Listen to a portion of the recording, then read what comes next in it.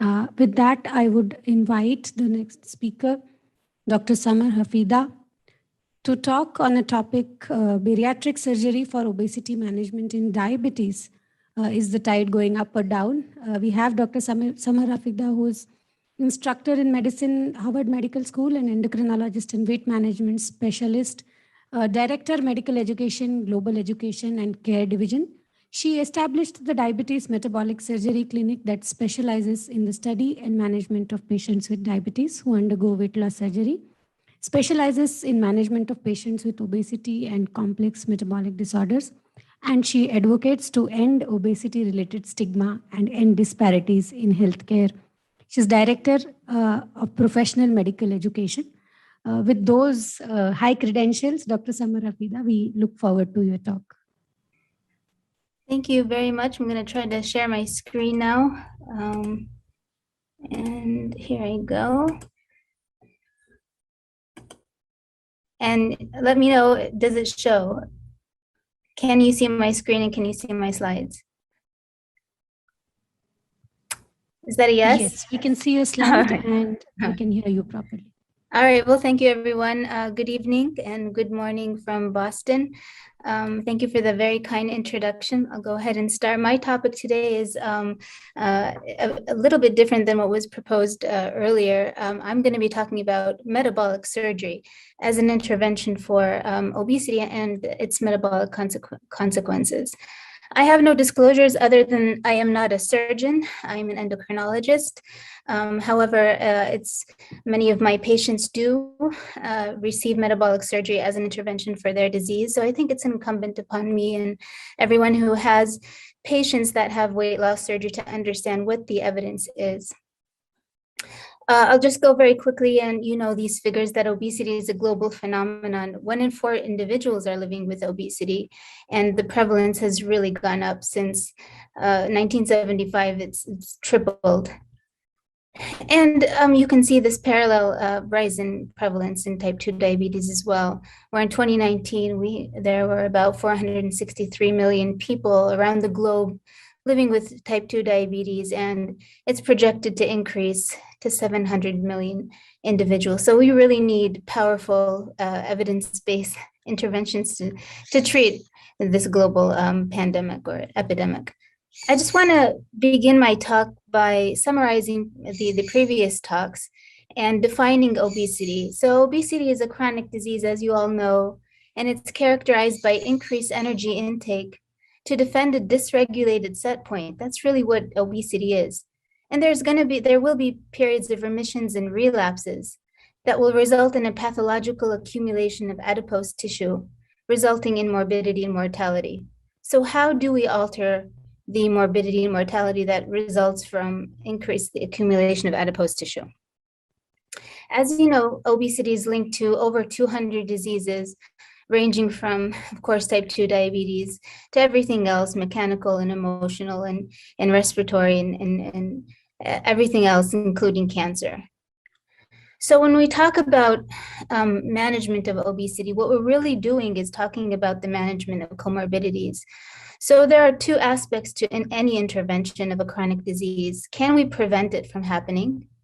And can we prevent or can we treat its complications? So that is also true for metabolic surgery. Today, I'll be talking a little bit about prevention of type 2 diabetes using metabolic surgery, but mostly focusing on how surgery impacts type 2 diabetes and cardiovascular outcomes, which are the 2 top comorbidities that lead to loss of life in people with diabetes and obesity. So let's start with the case. This is Siddharth. He's probably a case that all of us have seen before. He's 33-year-old and he lives with class 2 obesity, and he has a past medical history of type 2 diabetes for a while. You also discover that he has metabolic liver disease, and on further history, he tells you that his family history is significant for cardiovascular disease. So let's stop and pause here and think, is metabolic surgery a good intervention for Siddharth? So first of all, what is metabolic surgery? There are different flavors of weight loss surgery that are performed. Some of the more common ones that you're familiar with are Roux-en-Y gastric bypass, which is shown in the center panel there, as well as sleeve gastrectomy, an adjustable gastric band that's not performed as often, at least here in the United States. Other newer forms of gut alteration or weight loss surgery include SADS and OAGB, or one anastomose gastric bypass, and some of the more involved or extreme metabolic surgery procedures are BPD with duodenal switch. So we'll be talking mainly about the studies that involve the right side for procedures and not so much the SADI or the OAGB. All right, so we're going to be talking about the impact metabolic surgery first on type 2 diabetes and then later on cardiovascular outcomes. So there are many, many observational trials and prospective clinical trials looking at thousands and thousands of patients with obesity and type 2 diabetes. But what I'm going to focus on today is what is the evidence from the randomized open label control trials. There has been in the past a lot of criticism amongst the medical community in reporting the beneficial outcomes from bariatric surgery because the studies are observational only.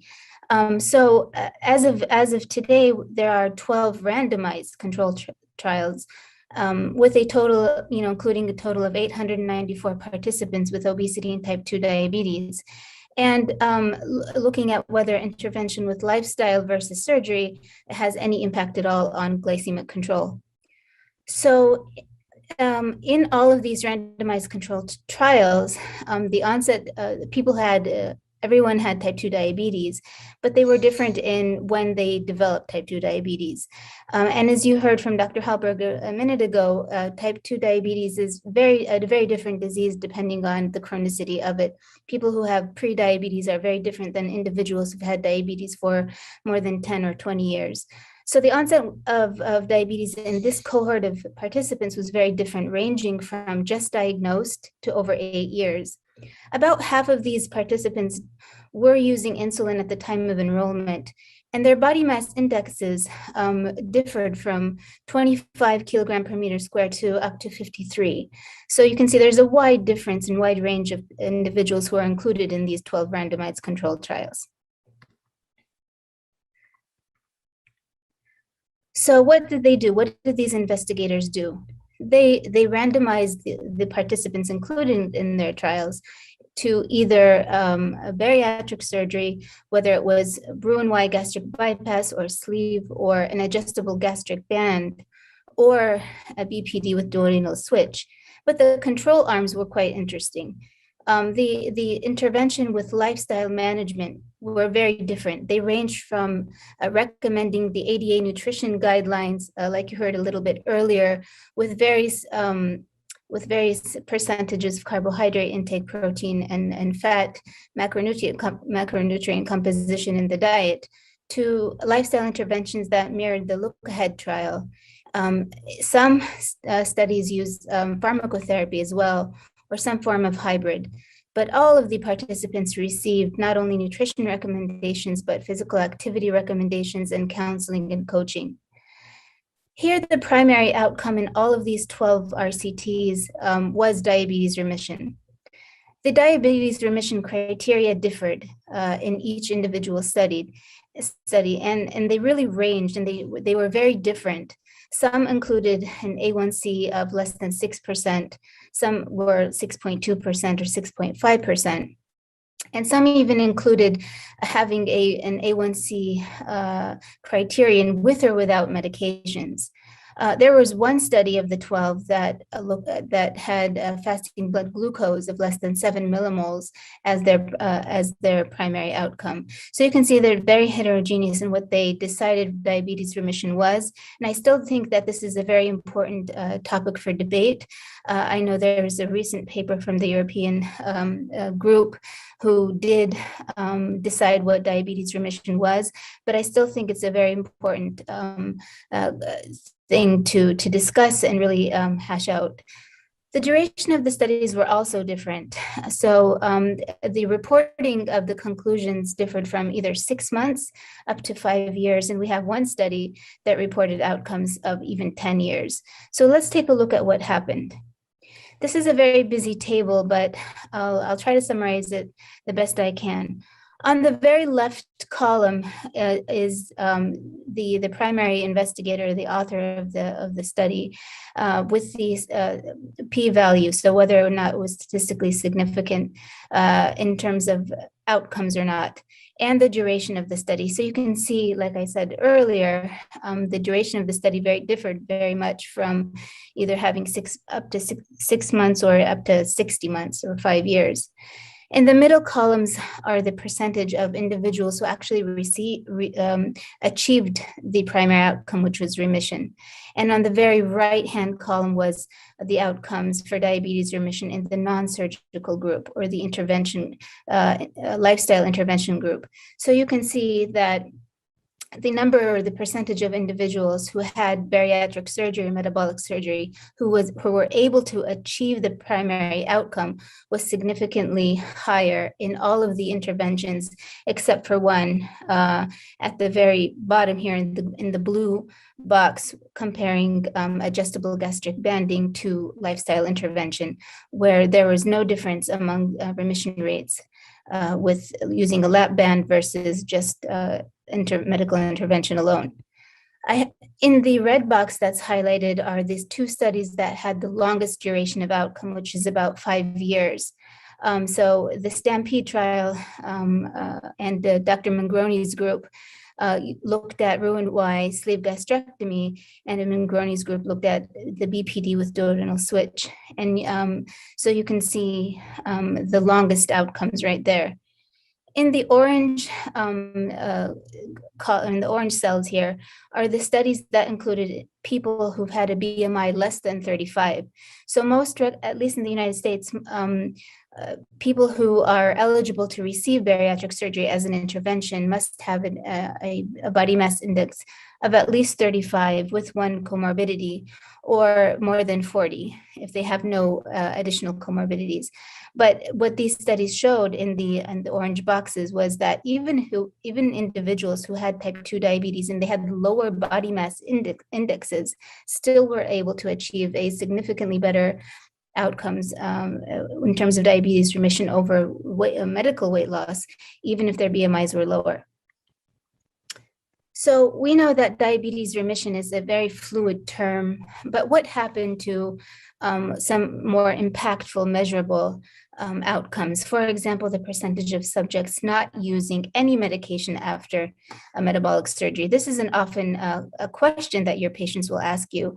If I do have surgery, does that mean I can come off of some of my medications, or do I still need to take them if I have this surgical intervention? So this slide is looking at the longest outcomes which is the 5-year outcomes from the STAMPEDE trial in Dr. Mangroni's group. And at baseline on the very left there, you can see that the percentage of people who were not taking any medicines for treatment of diabetes was about 2% at the start, at baseline there. However, after 5 years of intervention, those people who were randomized to either Roux-en-Y or sleeve gastrectomy or BPD, after 5 years, had a significant proportion of them were not using any medications at all for treatment of diabetes compared to the medical group.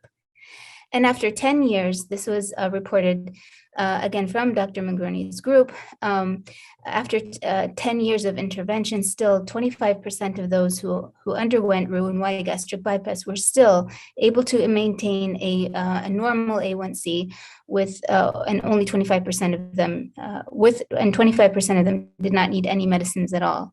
And in the BPD group, 60% still were able to, keep their A1C within normal ranges without any medications at all, versus 0. Nobody in the medical intervention group at all, after 5 years or after 10 years, nobody did not need any medicine. So everybody who were randomized to the medical arm, everyone needed medicines to treat their diabetes.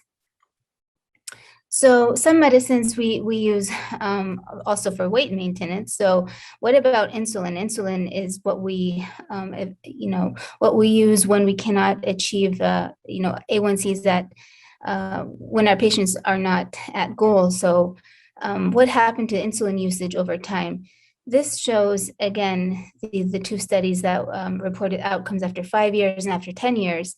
And as I said before, at baseline, about half of the individuals were taking insulin before they were randomized to either surgery or medical intervention, medical weight loss intervention.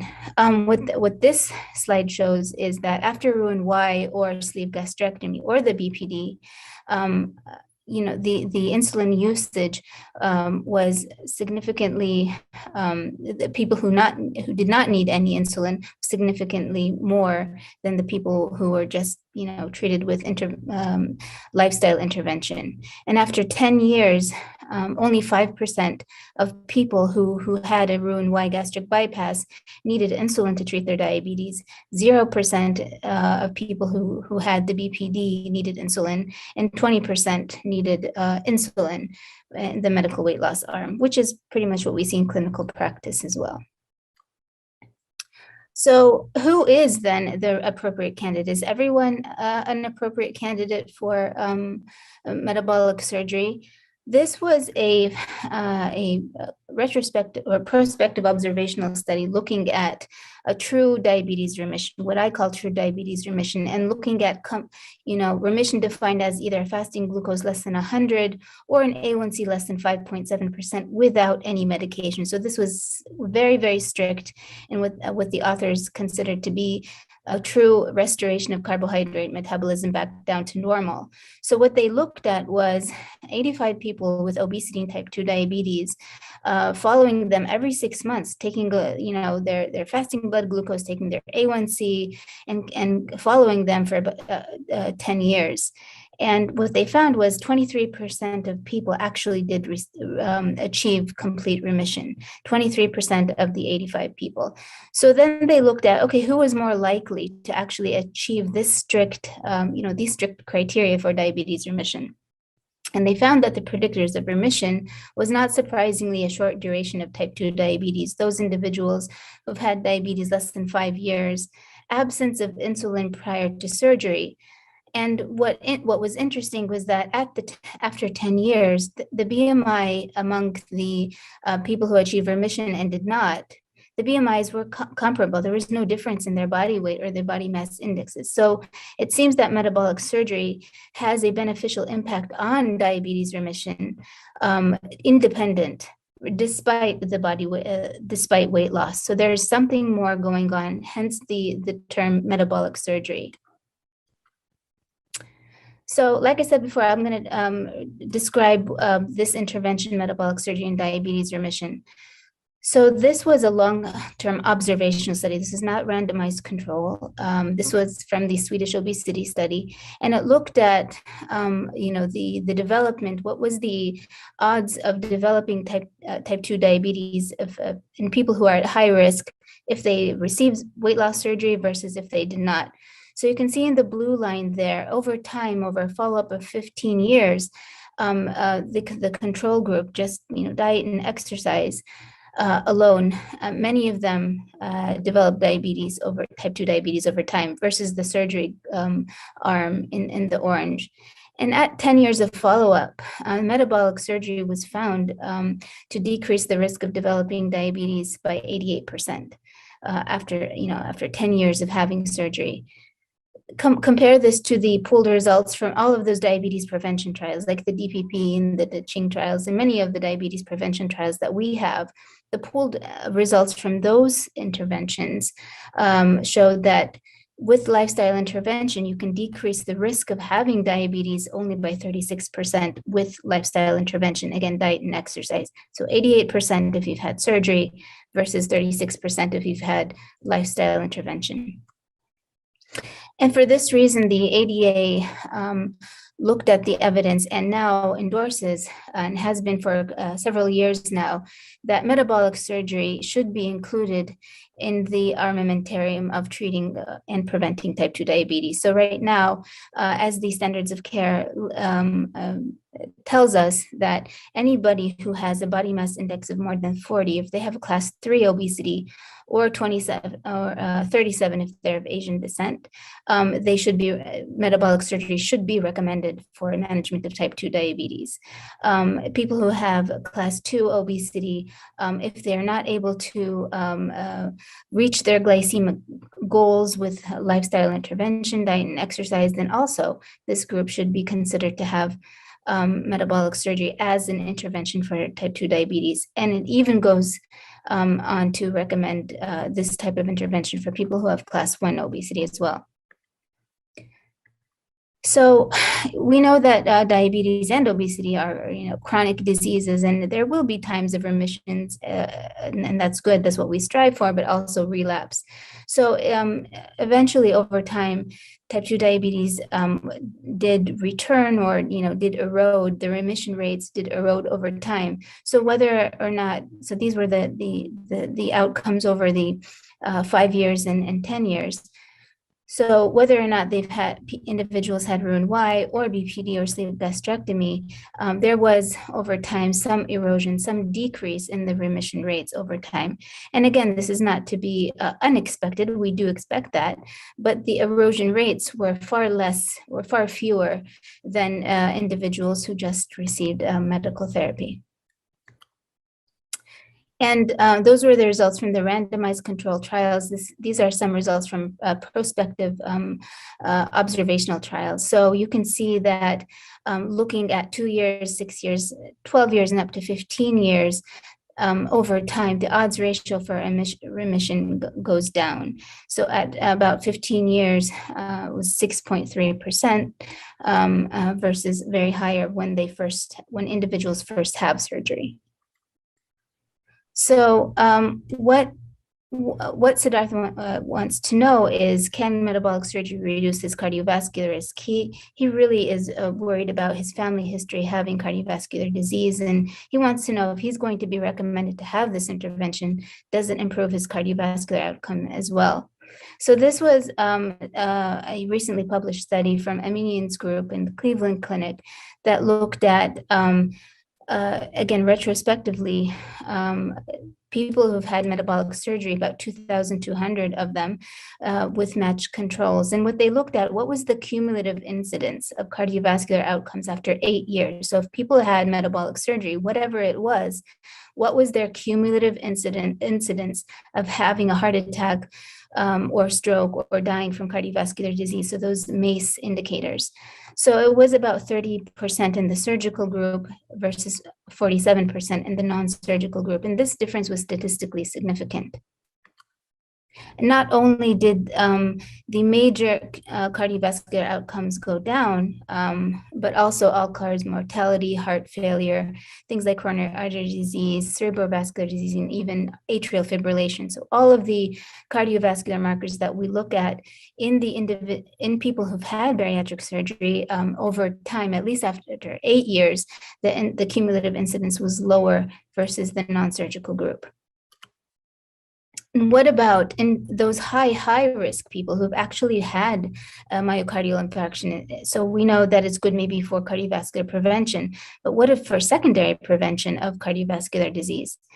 In this again, observational cohort study, they looked at people who've had a bariatric surgery. There are about 1,018 of these individuals with 45 with matched controls. And a significant percentage of these people also had type 2 diabetes. And they also looked at these cardiovascular outcomes or MACE indicators. So what they found in this group, even for secondary prevention, even in people who've already had a myocardial infarction, in the red line, you can see the survival rates after metabolic surgery. And on the right-hand panel, you can look at freedom from myocardial infarction over time. So the percent of people who do not have either a recurrence of a myocardial infarction or who live longer is significantly higher in the metabolic surgery group versus the non-surgical controls, even with the best diabetes and cardiovascular secondary prevention interventions that we have. So one question that is asked a lot is from our patients and from amongst us, how much weight do you actually need to lose to gain some cardiovascular benefits here? So this study did try to look at just that. And after a median follow-up of about 5 years, the weighted risk, cumulative risk, or benefit needed to gain cardiovascular benefits was about 10% after surgery and 20% of matched control. So if you wanted to gain cardiovascular benefit over time, over a period of 5 years, without surgery, you probably need to lose about 20% of your total body weight and maintain it. And for all-cause mortality, it was about only losing 5% in the surgery group versus 10% in the matched controls. So again, this looks like what we saw for the diabetes group. The amount of weight loss is not really the significant point here. The metabolic surgery appears to have other metabolic benefits independent of what the weight is. Let's compare this to the look ahead trial that we're all familiar with. And this was a very, very well done intensive lifestyle management study spanning over 9 years, and which did not show cardiovascular or mortality benefit. So another randomized control trial looking at some cardiovascular risk factors. In this case, it was hypertension, randomizing about 100 patients. And what the authors looked at here was, can we improve the number of medications that people take? Can people actually not take any of the antihypertensive over a period of 3 years, or they reduce the number that they're taking by at least 30%. And this again was in favor of bariatric surgery, where 73% of people who had Roux-en-Y gastric bypass achieved the primary outcome, which was just normal blood pressure without any medications, versus only 11% of the medical group.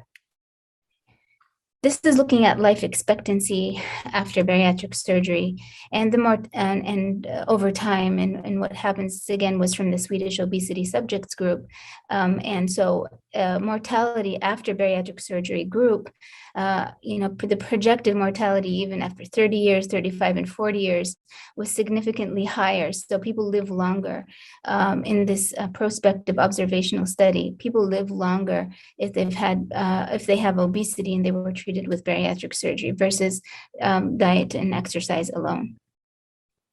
And this is another study looking at the cumulative mortality, again, in the metabolic surgery arms versus the non-surgical controls. And at the authors concluded here that the median life expectancy was 9.3 years longer if you had diabetes and you actually had bariatric surgery to treat your diabetes versus the non-surgical group. Some other additional benefits of metabolic surgery are, we know that it's a powerful intervention for people who have sleep apnea, quality of life. There are many, many studies on quality of life, also metabolic liver disease and even nephropathy. So all towards benefits in people who've had a metabolic surgery versus just diet and exercise alone. So again, when Siddhartha is asking, okay, so this looks all great. It looks like my diabetes will probably improve, cardiovascular risk will improve, but is it safe? Like, why isn't this being done more often or offered more often? There must be some safety risk. So this is a question for you. I don't have any polls, but just think about it think about it on your own here. What percentage of eligible patients, at least in the United States, who actually are eligible for bariatric surgery but actually have it? So only 0.5%, 0.5% of people who have obesity and are eligible to have surgery as an intervention to treat their chronic disease actually receive bariatric surgery. So you can see it's a very, very low percentage, despite its safety. So this slide is looking at safety data, looking at what is the complication rate after Roux-en-Y gastric bypass or mortality after Roux-en-Y gastric bypass compared to some of the other commonly performed procedures like a colectomy or a hysterectomy or a CABG or coronary artery bypass graft, which none of us would deny to our patients. So you can see the complication rate of the bariatric surgeries here in the blue, and the mortality, this arrow is again on the mortality side is pointing to the Roux-en-Y gastric bypass. And you can see it is comparable to a hysterectomy and much, much safer. Complication rates are much, much lower than a CABG. And so this also is true for mortality after a bariatric surgery. And this was an old study. This was done in 2015, before laparoscopic bariatric surgery was more common. So then, again, this is a rhetorical question, but why isn't bariatric surgery performed more often? Think about your own practice, think about your colleagues, and why isn't it recommended? I wish in another format we would probably discuss this in more detail, but this is just food for thought for you. Why isn't it performed more often for treatment of these metabolic disorders if all of the randomized controlled trials and observational data that we have up to 30 years now showing benefit, why isn't it performed more often? Well, I mean, like any intervention, it has complications, surgical complications. This is just a list of some of the things that can happen, like ulcers and small bowel obstruction, fistulas, infections, and so on and so forth. And these are surgical complications that can happen really with any gut surgery. But metabolic complications sometimes that we are afraid of as maybe a diabetologist or endocrinologist or obesity specialists, we're worried about nutritional deficiencies, electrolyte imbalances, dumping hypoglycemia, and so on and so forth. So those are some of the metabolic complications. But you can see they're not that different or more severe in particular than what we see from some of the medicines that we use for obesity management. And of course, weight regain. There is a subset of individuals who probably we don't understand their physiology well enough that they have resistant obesity. They're not losing weight as fast or as expected. And then the weight regain is another topic for discussion. But it just shows you that obesity is a chronic disease, and there will be periods of relapse again. So in conclusion, metabolic surgery is the most effective treatment we have for obesity at this time. It's also a very effective treatment for type 2 diabetes, and it's safe in high volume centers with surgeons who perform many of these per year. But it continues to be an underutilized intervention, and we should think about it with newer therapies to maximize benefits. And to answer the question, is it moving the tide? I think there are some lingering questions that we must answer ourselves as non-surgeons before we can say whether or not the tide is shifting. How does metabolic surgery compare to newer medications like the GLP-1 receptor agonist that we have? And is there an added benefit if we use these newer medications that have cardiovascular benefits? Are there added benefits to metabolic surgery? Can we even maximize both benefits together? Is it time to reform guidelines as well? Should we be recommending weight loss surgery based on the duration of diabetes or body mass index or the severity of insulin resistance, rather than just looking at a BMI as our criteria for recommendation? And then how can we maximize access to intervention? How can we work better and more efficiently in a multidisciplinary team all together so that the appropriate patient is chosen for this intervention and followed for outcomes? And with that, I will conclude, and I hope I'm not over time. So thank you very much. Thank you, Dr. Hafida, for the wonderful presentation.